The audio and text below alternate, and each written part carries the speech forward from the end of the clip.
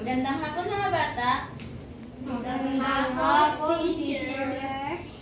So, ngayon, simulan na natin ang panibagong discussion. Pero bago yun, magbabalik-aral muna tayo. At tandaan niyo pa ba yung mga napag-aralan natin nung nakaraang linggo? Opo. Kung tandaan niyo, ano yung napag-aralan natin nung isang linggo? Hindi yung syllabus. Very good, magaling.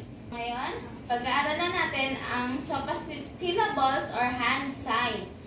So, alam niyo ba ang hand sign? Opo.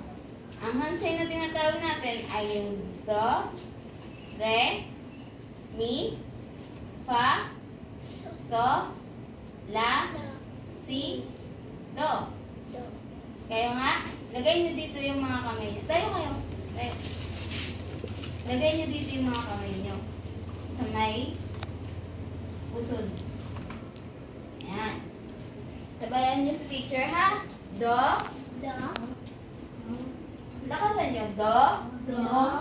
Re. Re. Mi. Fa. So. La. Si. Do. Do. Re. Mi. Fa. So. La. Si. Do. Do. Re. Mi. Fa. So. La. Si.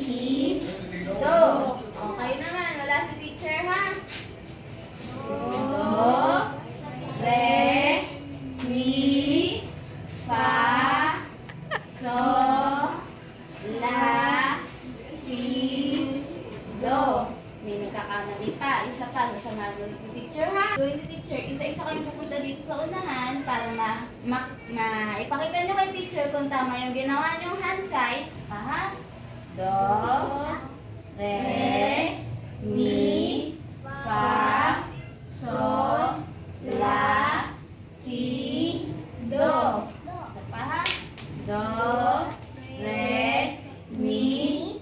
Fa. So. La. Si. Do. Okay na. Wala si teacher ha? Wala si teacher ha? Do. Nabakitin lang ni teacher yung navigation yung hand gesture ha? Okay. 1, 2, 3. Do. Do. Re. Mi. Fa. So. La. Si. Do.